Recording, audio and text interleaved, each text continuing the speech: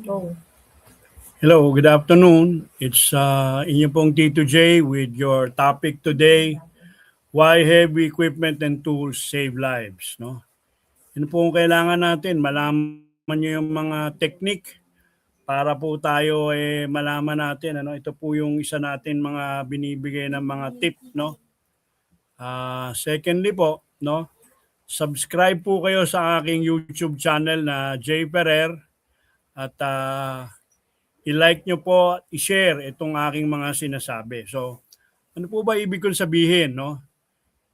Ang knowledge po ng bawat equipment at gamit hindi lang po isang kaalaman o kakayahan sa bagay-bagay na para tayo ay humusay. If hindi po natin alam itong mga equipment at tools na to, at nag-decide po kayo na i-improvise, i-modify at lagyan ng inyong attachment, ito po baka mag-lead po sa isa pong aksidente.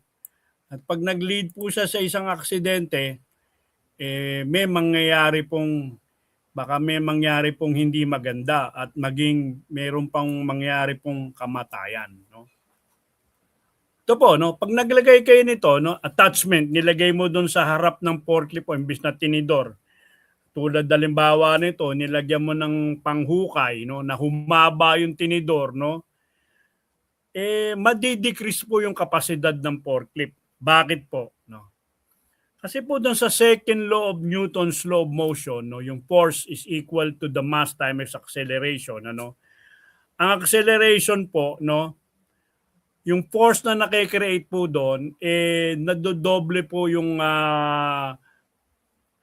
nagkakaroon po siya ng turning point doon, ano, directly proportional po doon sa net force and acting doon po sa mass. Ano ibig kong sabihin po yan? Ito po, no? May nilagay ka attachment doon sa forklift. So yung load po, yung bigat doon, lumalayo po doon sa fulcrum. Lumalayo siya. So may overturning moment yon na nag increase.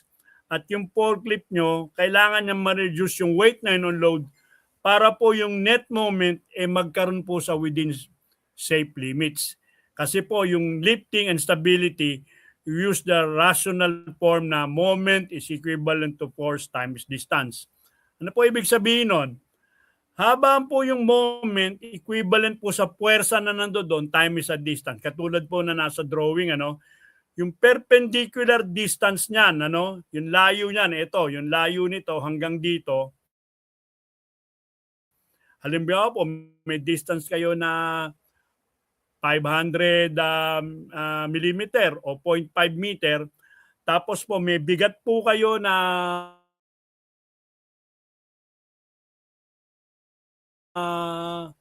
halimbawa po na 1, multiply niyo 1 times 0.5 0.5.